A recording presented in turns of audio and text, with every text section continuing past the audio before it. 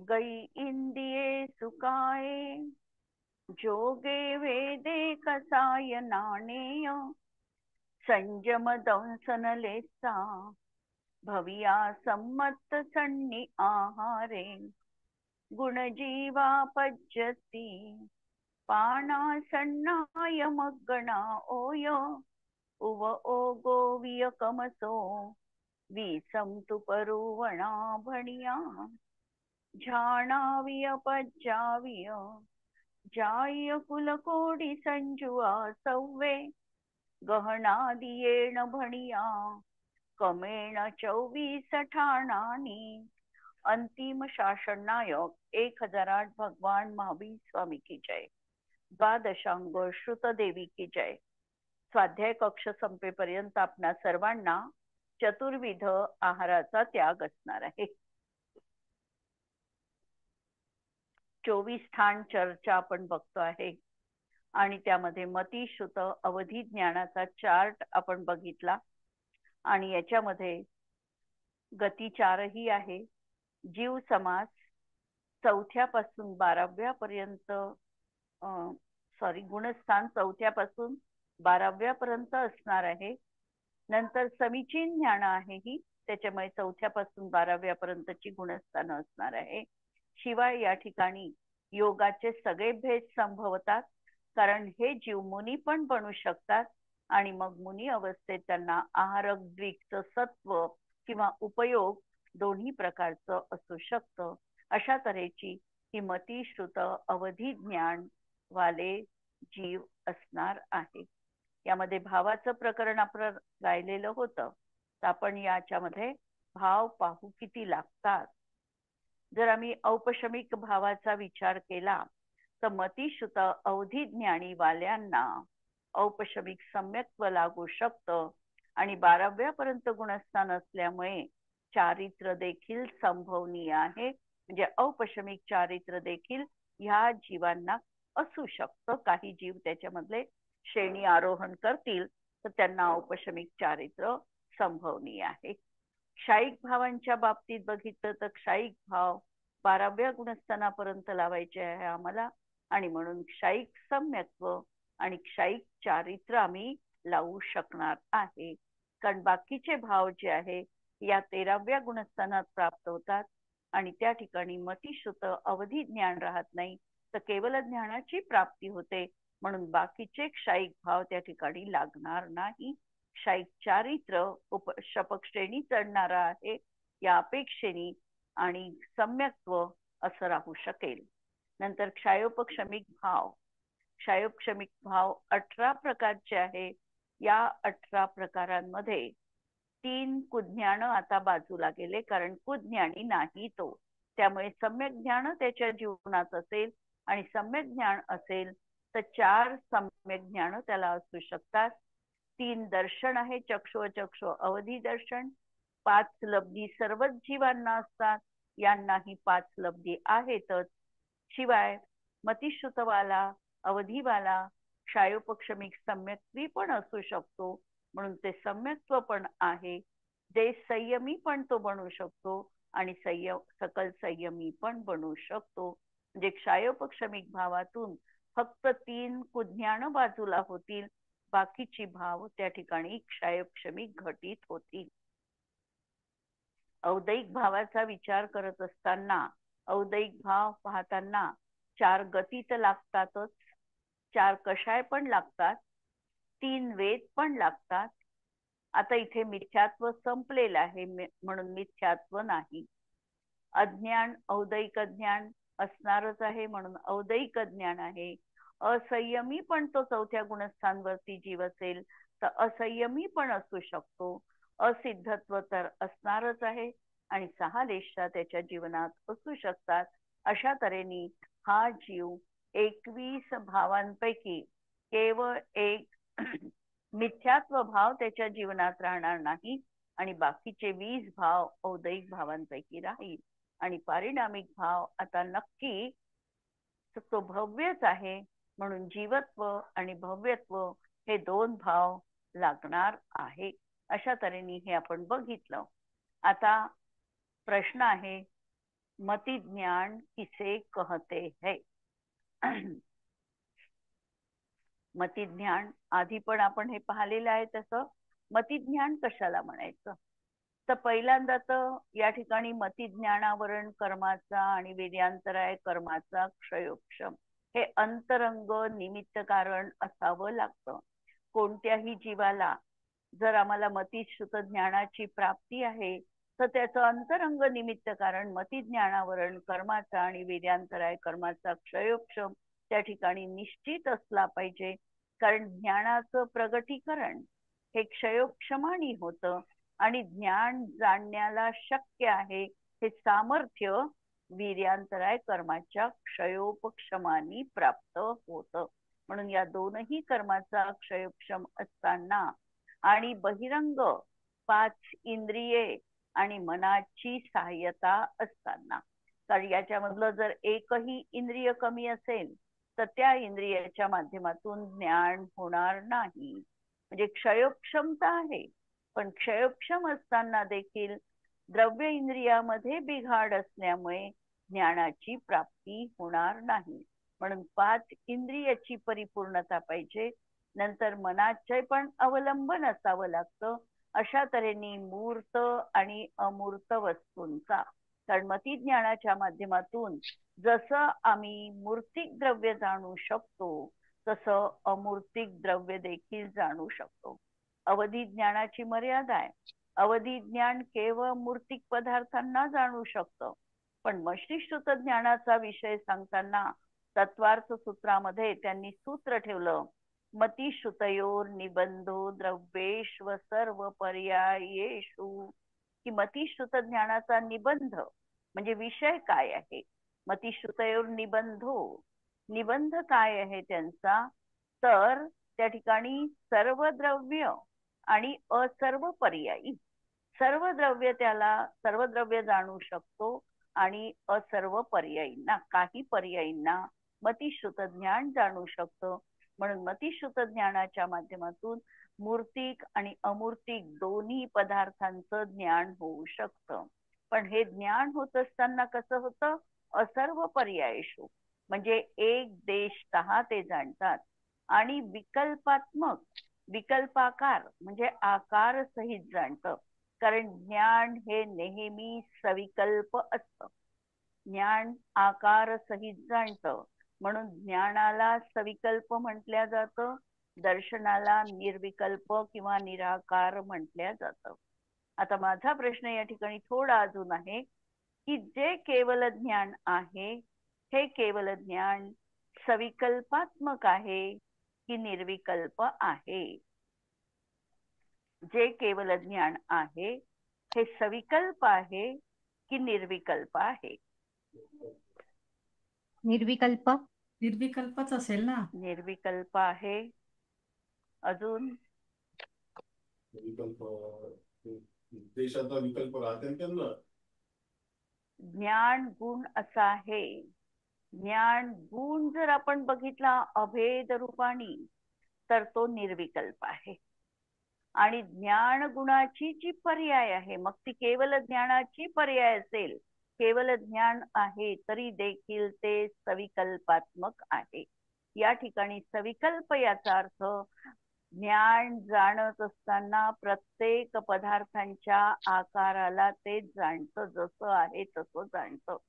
आणि या दृष्टीने ज्ञान सविकल्पात्मक म्हटल्या गेलं. गुण निर्विकल्प परंतु ज्ञान गुणाची पर्याय सविकल्पात्मक. बाकीच्या गुणांच्या पर्यायी पण निर्विकल्प आणि ते गुण पण निर्विकल्प. श्रद्धा गुण कसा आहे विचारलं तर श्रद्धा गुण हा निर्विकल्प आहे आणि श्रद्धा गुणाची पर्याय पण निर्विकल्प आहे. चारित्र गुण निर्विकल्प आहे, त्याच्या पर्यायी पण निर्विकल्प आहे. परंतु ज्ञान गुण निर्विकल्प आहे पण ज्ञान गुणाची पर्याय मात्र सविकल्पात्मक असणार आहे. आणि सविकल्पपणा का लावला, कारण ज्ञान गुण हे वेगवेगळं आकार सहित प्रत्येक वस्तूला पृथक पृथक रीतीने जाणतं. याला म्हणायचं सविकल्पात्मकपणा. आणि या दृष्टीने ज्ञान सविकल्प आहे. म्हणून या ठिकाणी विकल्पाकार जे घेतलेला आहे हा शब्द विकल्पाकार, याचा अर्थ की ज्ञान गुणाचं हे कार्य आहे की ज्ञान गुण जाणत असताना वस्तूच्या आकाराला पण जाणतं, याला म्हणायचं विकल्प. आणि म्हणून ते कोणतंही ज्ञान असेल तर ज्ञानाची पर्याय ही विकल्पात्मक असते, म्हणून विकल्पाकार. परोक्ष रूप, परोक्ष म्हणायचं की त्यांनी इंद्रियांचं आणि मनाचं सहाय्य घेतलेलं आहे. जरी आत्मिक शक्तीने ज्ञान होणार आहे तरी सहाय्य घेताना पराचं सहाय्य घेतलं ते डिपेंडंट आहे, म्हणून त्याला म्हणायचं परोक्ष रूपानी. अथवा सांव्यावहारिक प्रत्यक्ष, किंवा याच ज्ञानाला आम्ही म्हणू शकतो सांव्यावहारिक प्रत्यक्ष. न्यायमधला, न्यायशास्त्रामधला हा शब्द आहे सांव्यावहारिकपणा. आणि सांव्यावहारिकपणा कुठे लावायचा की ज्या वेळेला आम्ही म्हणतो की मी प्रत्यक्षात वस्तू पाहिली, किंवा मी प्रत्यक्ष माझ्या कानांनी ऐकलं, मी प्रत्यक्ष रूपाचं संचेतन केलं, वस्तूच्या स्वादाला मी प्रत्यक्ष अनुभवलं, असं जेव्हा आम्ही म्हणतो तेव्हा ते ज्ञान सांव्यावहारिक काय बंद करू? प्रत्यक्ष म्हटलं जातं. त्याच्यावर हे आतून चालला तो, हे काय आत चालला ना तो. म्हणून त्याला सांव्यावहारिक प्रत्यक्ष असं म्हटलं जातं. असं जे आहे ते मतिज्ञान आहे. म्हणून प्रत्येक वाक्य या ठिकाणी मतिज्ञानाचं सांगताना महत्वपूर्ण आहे. अंतरंग निमित्त कारण, बहिरंग निमित्त कारण.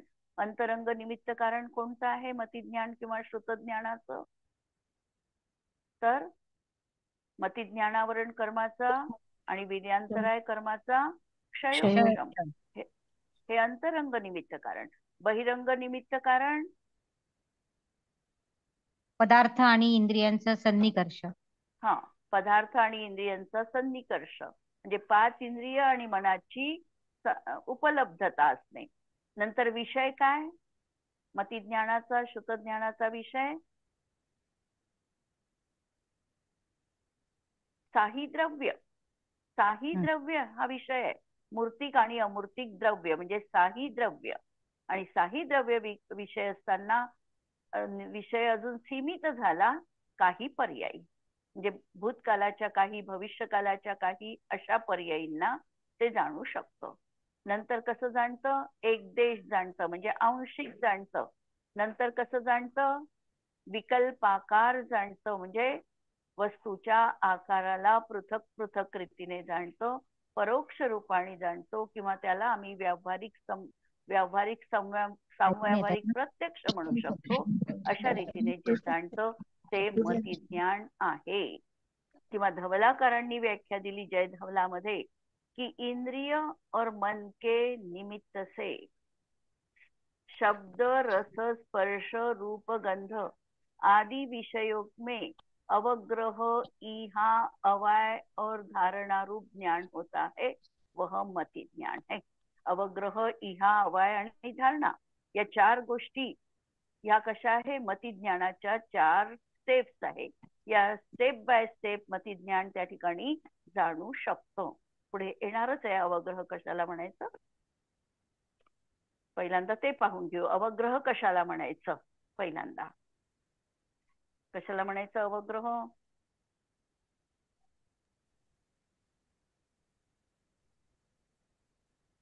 पाच इंद्रियांच्या आणि मनाच्या साह्याने वस्तूला पाहिल्यानंतर जो अवलोक आपलं दर्शन होते, सामान्य प्रतिभास त्याला म्हणायचं. सामान्य प्रतिभास होणं म्हणजे तर दर्शन झालं. विशेष सामान्य प्रतिभासानंतर होणारं पहिलं ज्ञान. अच्छा, म्हणजे काय आहे? पहिल्यांदा तर दर्शन होईल, दर्शनाच्या नंतर ज्ञानाची प्रवृत्ती आहे. म्हणून 5 इंद्रिय आणि मन आणि पदार्थ यांचा सन्निकर्ष झाला असताना सर्वप्रथम निराकार प्रतिभास होईल किंवा दर्शन होईल. सामान्य अवलोकन रूप पहिल्यांदा दर्शन होईल आणि त्यानंतर होणारं प्रथम जे ज्ञान आहे ते अवग्रह म्हणायचं. म्हणजे दर्शनानंतर होणारची भूमिका, पहिली भूमिका ही अवग्रहाची भूमिका आहे. अवग्रह किती प्रकारचा आहे? 2 प्रकारचा. अर्थावग्रह आणि आणि व्यंजनावग्रह. व्यंजनावग्रह. अस्पष्ट पदार्थांचा अवग्रह हा झाला व्यंजनावग्रह, आणि अर्थावग्रह स्पष्ट पदार्थांचा अवग्रह याला म्हणायचं अर्थावग्रह. व्यंजनावग्रह किती इंद्रियांनी होतो?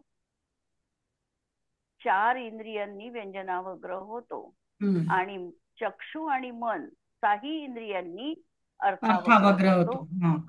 म्हणून अशा तऱ्हेने अवग्रहाचे पहिल्यांदा जेव्हा मतिज्ञानाचे 336 भेद करणार आहेत पुढे, त्यावेळेला अर्थावग्रह किती प्रकारचा आणि व्यंजनावग्रह किती प्रकारचा हे त्या ठिकाणी 4 इंद्रियांच्या साह्याने जो होतो तो व्यंजनावग्रह, आणि अर्थावग्रह 6 म्हणजे चक्षु आणि मन यांनी पण जो होणार आहे तो अर्थावग्रह. अर्थावग्रह अर्थावग्रह 6 म्हणे 5 इंद्रिय आणि मनाने होणार. आणि त्याचे भेद घेतलेले आहे 72 भेद घेतलेले आहे. 72 भेद कसे लावलेले आहे अवग्रहाचे? ते आहे ना अवग्रह 72 बारसकम 72 म्हणजे एकविध बहुविध क्षिप्र अक्षिप्र वगैरे ध्रुव अध्रुव उक्त अनुक्त असे जे पदार्थ आहे, असे हे 12 पदार्थ आहे.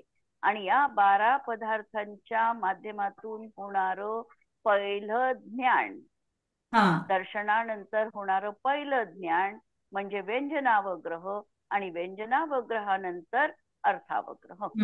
अशा प्रकारे हे पहिल्यांदा अवग्रहाचे 120 भेद लावलेले आहे. इहा दुसरा, इहा म्हणजे काय म्हणायचं? आता पहिले अवग्रह झाला.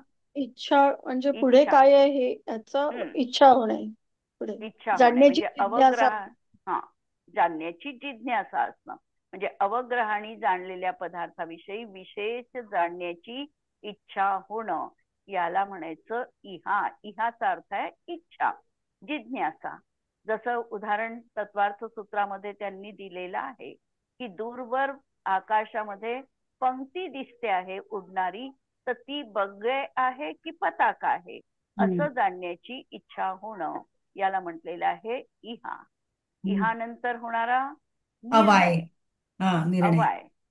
निर्णय झाला. काय झालं? पदार्थ नेमका काय आहे, उडणारे जे आहे ते पक्षीच आहे हा निर्णय झाला. हे झालं अवाय. आणि धारणा लक्षात ठेवणे, स्मृतीत ठेवणे, स्मृती राहणे, लक्षात ठेवणे, भविष्य काळामध्ये देखील त्याला न विसरणे याला म्हणायची धारणा. धारणासाठी कालावधी जावा लागतो.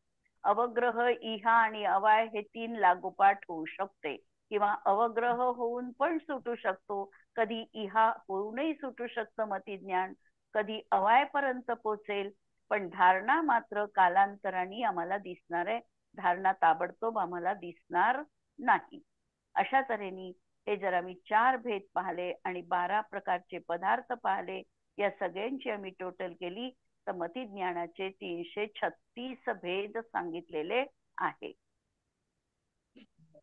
श्रुतज्ञान कशाला म्हणायचं? मतिज्ञानाने जाणलेल्या पदार्थाविषयी अधिक ज्ञान होणे हे श्रुतज्ञान. अधिक ज्ञान होणे याला श्रुतज्ञान म्हणायचं. परत व्याख्या करेक्ट लावली आपण तर श्रुतज्ञानावरण आणि वीर्यांतराय कर्माचा क्षयोक्षम असताना आणखी या ठिकाणी कोणता क्षयोक्षम अभिप्रेत आहे? मनाविषयीचा, म्हणजे नो इंद्रियावरण कर्माच्या अवलंबनाने. ते बाह्य कारण झालं.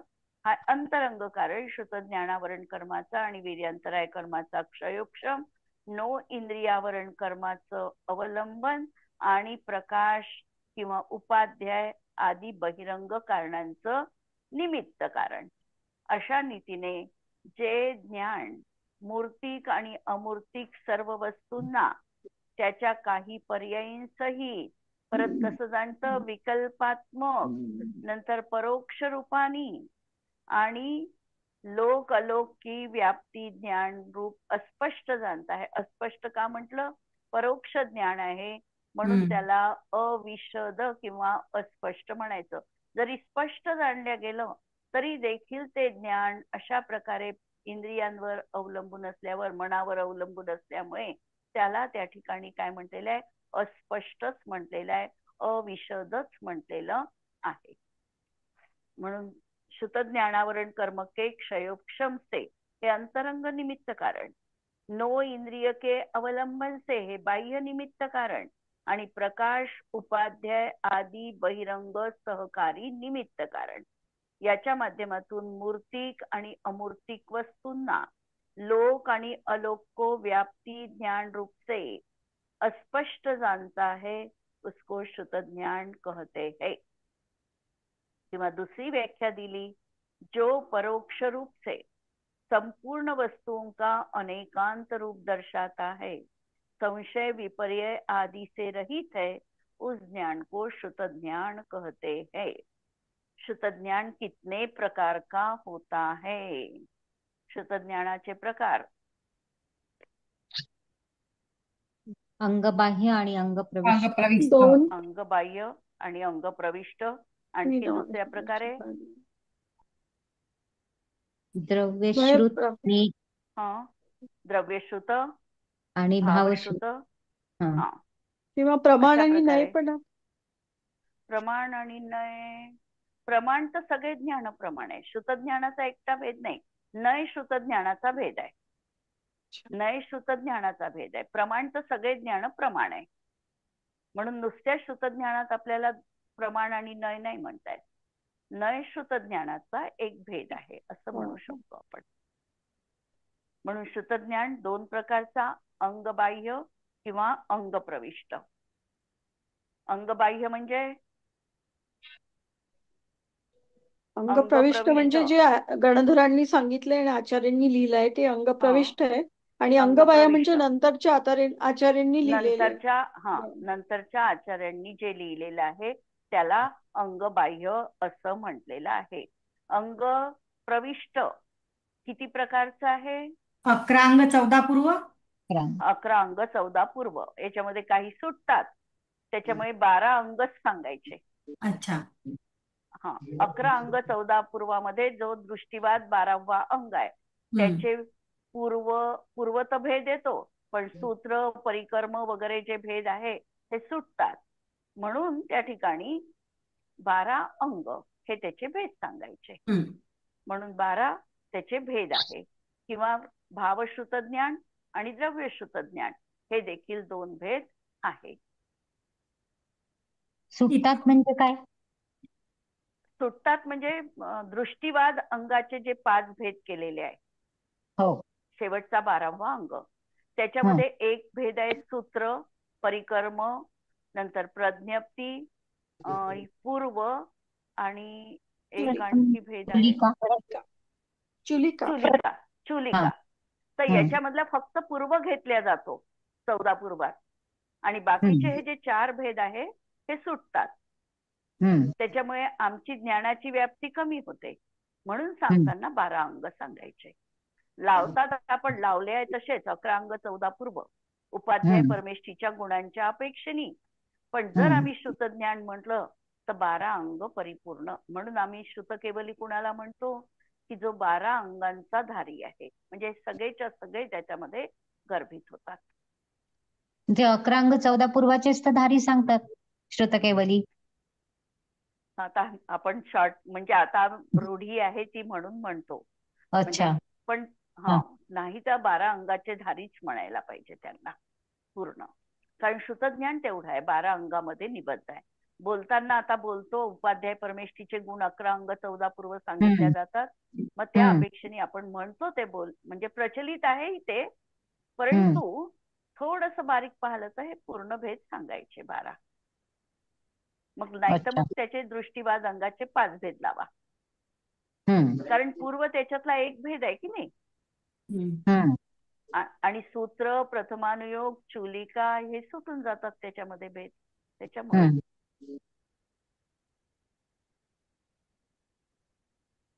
नंतर अजून एक आहे अंगबाह्यामध्ये सामायिक आदी 14 भेद आहे. त्याला प्रकीर्णक पण म्हटलेलं आहे. त्याचे पण नाव सामायिक वगैरे आहे, महाकल्प, कल्प असे भेद आहे ते. अंग बाह्याचे. हे पण आहे पुष्कळ ग्रंथांमध्ये लिहिलेले. ठीक आहे. अवधी ज्ञान किसे कहते है, म्हणजे अंग प्रविष्टाचे 12 अंग आहे आणि अंग बाह्याचे 14 भेद आहे. असे दोन्ही भेद त्या ठिकाणी आहे. अवधी ज्ञान अंग किसे बाह्याचे कहते 14 है. होतील ना? अं? अंग बाह्याचे कसे? 14 ना? हो, अंग बाह्याचे 14 भेद आहे आणि अंग प्रविष्टाचे 12 आहे. आता अवधी ज्ञान किसे कहते है, अवधी ज्ञान कशाला म्हणायचं? अवधित काल भाव. परत त्या व्याख्या तशीच लावा. अवधी ज्ञानावरण क्षय- कर्माचा कर्माचे अवधी क्षयोक्षम ज्ञानावरण म्हणजे आणि वीर्यांतराय कर्माचा क्षयोक्षम असताना जे हम्म. मूर्त पदार्थाला एक देश जाणते जे हम्म. ज्ञान हा, आणि कशाने जाणते? आत्मिक शक्तीने. आत्मिक आत्मिक हे शक्ती. बघ, शक्तीने, हा, आत्मिक शक्तीने. आत्मिक शक्तीने जाणते. कसं जाणते? द्रव्य क्षेत्र काल भावाच्या मर्यादेत जाणतं. हम्म. त्याला अवधी ज्ञान म्हणायचं. पेन्सिल कुठे गेली अवधी ज्ञान नाही. पूर्ण हे लावायचं की अवधी ज्ञानावरण कर्माचा आणि वीर्यांतराय कर्माचा क्षयोक्षम असताना जे ज्ञान द्रव्य क्षेत्र काल भावाच्या मर्यादेमध्ये आत्मिक शक्तीने एक देशतः स्पष्ट जाणते त्याला अवधी ज्ञान म्हणायचं. म्हणजे या ठिकाणी द्रव्य क्षेत्र काल भावाची मर्यादा सांगितली तर मूर्तिक पदार्थ अलग सांगायची गरज नाहीये, कारण द्रव्यामध्ये मूर्तिक पदार्थ येणार आहे म्हणून. आणि नाही तर मूर्तिक पदार्थांविषयी असंही सांगू शकतो, पण त्याच्यात क्षेत्र काल भाव हे चारी पण मर्यादा सांगायच्या. अशा रीतीने जे आहे ते एक देश प्रत्यक्ष आत्मिक शक्तीने जाणणारं जे ज्ञान आहे ते अवधी ज्ञान आहे. आणि परवाच आपण बघितलं की कुअवधी आणि सुअवधी याच्यामध्ये फरक काय आहे. तर विशिष्ट चिन्ह जेव्हा नाभीच्या वरची चिन्ह आहे त्यावेळेला ते सुअवधी ज्ञान असतं, आणि त्याही ठिकाणी आपण ही व्याख्या लावलेली होती द्रव्य क्षेत्र काल भावाच्या मर्यादेमध्ये. आणि अवधी का म्हटलं? मर्यादा युक्त आहे म्हणून त्याला अवधी. अवधी शब्दाचा अर्थ मर्यादा आहे. आणि जे बहुतांश खालच्या दिशेने गमन करणारं ज्ञान आहे. अवधी ज्ञान कसं आहे? खालच्या क्षेत्राला प्रामुख्याने जाणतं, वरच्या क्षेत्राला ते ज्ञान जाणायला जास्त समर्थ नाही, असं हे अवधी ज्ञान आहे. आणि सुअवधी असताना नाभीच्या वर चक्र, शंख किंवा अशा प्रकारची शुभचिन्ह, कलश, झारी अशा प्रकारची शुभचिन्ह त्या ठिकाणी प्रगट होतात. आणि मग त्यावेळेला तो जीव आत्मिक शक्तीने अवधी ज्ञान जाणू शकतो.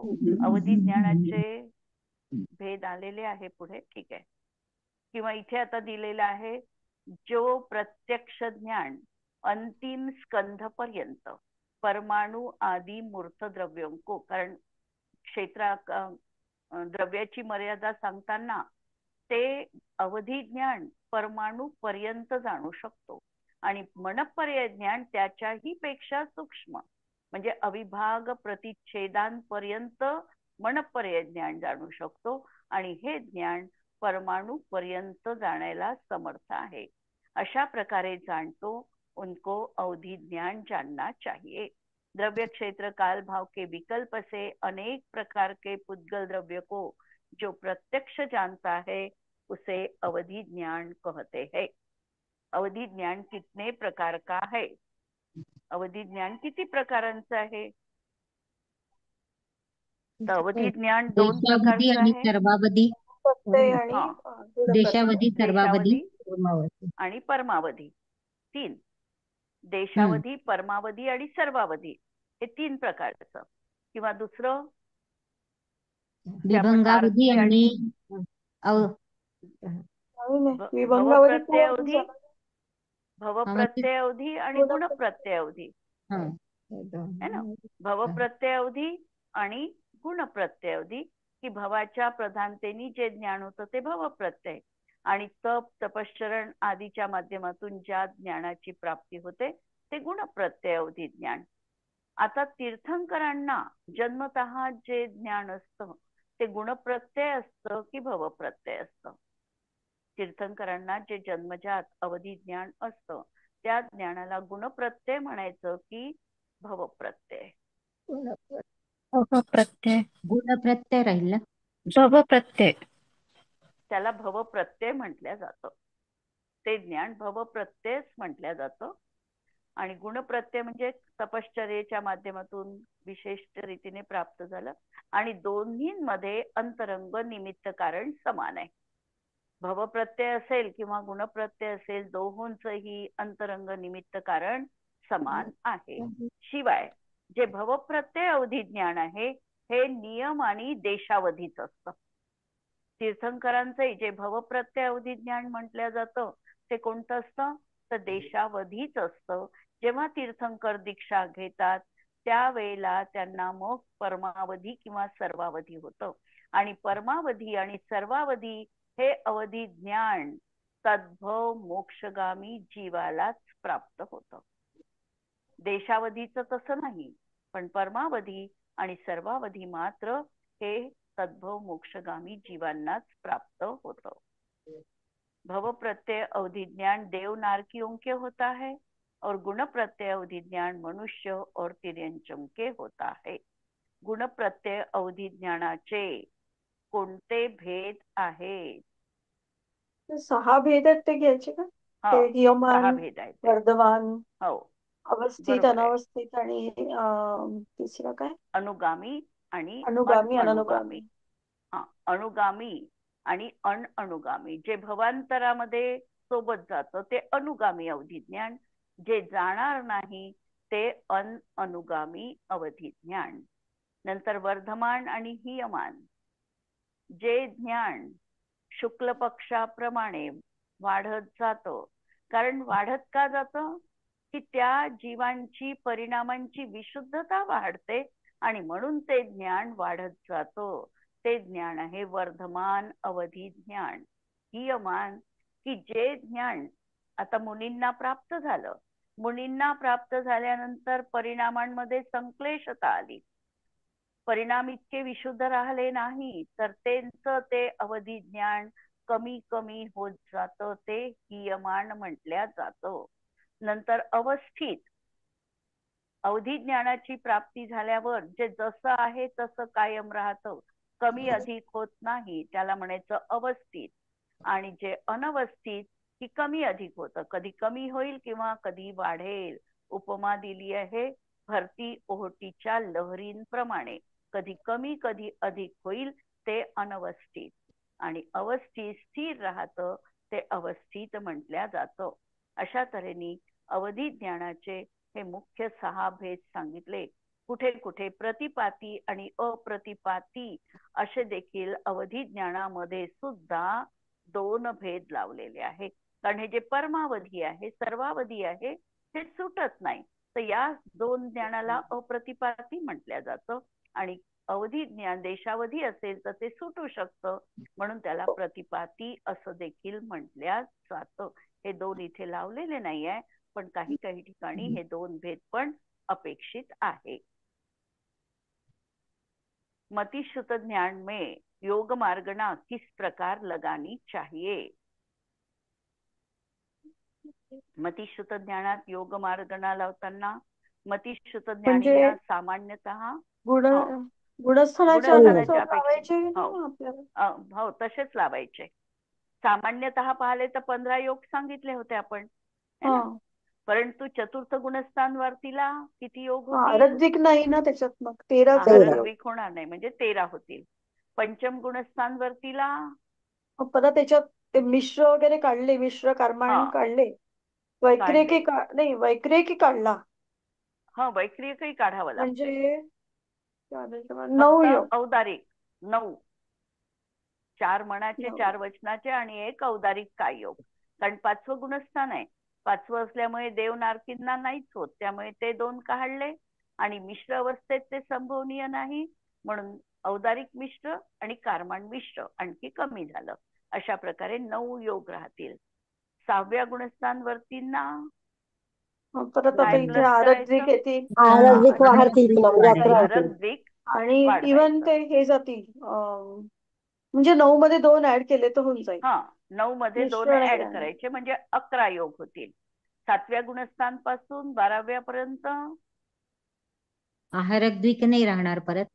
हा, आहारक द्विक परत नाही राहणार, म्हणजे 9 परत योग राहतील. अशा तऱ्हेने ही व्यवस्था योग मार्गणीमध्ये लावायची. पुढचे प्रश्न आता उद्याला बघू. विचिताई, सगळ्या मोक्ष जाणाऱ्या जीवांना अवधिज्ञान होतेच का? असं काही नाही आहे. नाही, काही जीव मतिश्रुत ज्ञानाने पण मोक्षाला जाऊ डायरेक्ट शकतात. केवळ ज्ञान अवधी प्राप्त करून ज्ञान जाऊ. अवधी ज्ञान होणं कुणालाही कंपल्सरी नाही. तत्वार्थ सूत्रामध्ये शेवटचं सूत्र दिलेलं आहे की त्या ठिकाणी कोणता जीव कशाच्या माध्यमातून मोक्षाला जाऊ शकतो. भूतपूर्व नैगम नयाच्या माध्यमातून, हो, क्षेत्र, काल, गती, बस. लिंग, तीर्थ, चारित्र, प्रत्येक बुद्ध प्रत्येक याच्यामध्ये बुद्धी- त्यांनी सांगितलं हो. की काही जीव मतिश्रुत ज्ञानातूनच केवळ ज्ञानाची प्राप्ती करतात. जसं आम्हाला उदाहरण माहिती आहे तुषमाश भिन्न मुनींचं, हा, शिवभूती मुनींचं. मतिश्रुत हो, ज्ञानातून केवळ ज्ञानाची प्राप्ती झालं. म्हणून हा, अवधी ज्ञान किंवा मनपर्य ज्ञान हे मोक्षासाठी आवश्यक नाही. झालं तर ज्ञानावरण कर्माचा क्षयक्षम असेल तर होईल, नाही झालं तरीही काहीही बिघडलं नाही. ठीक. हो.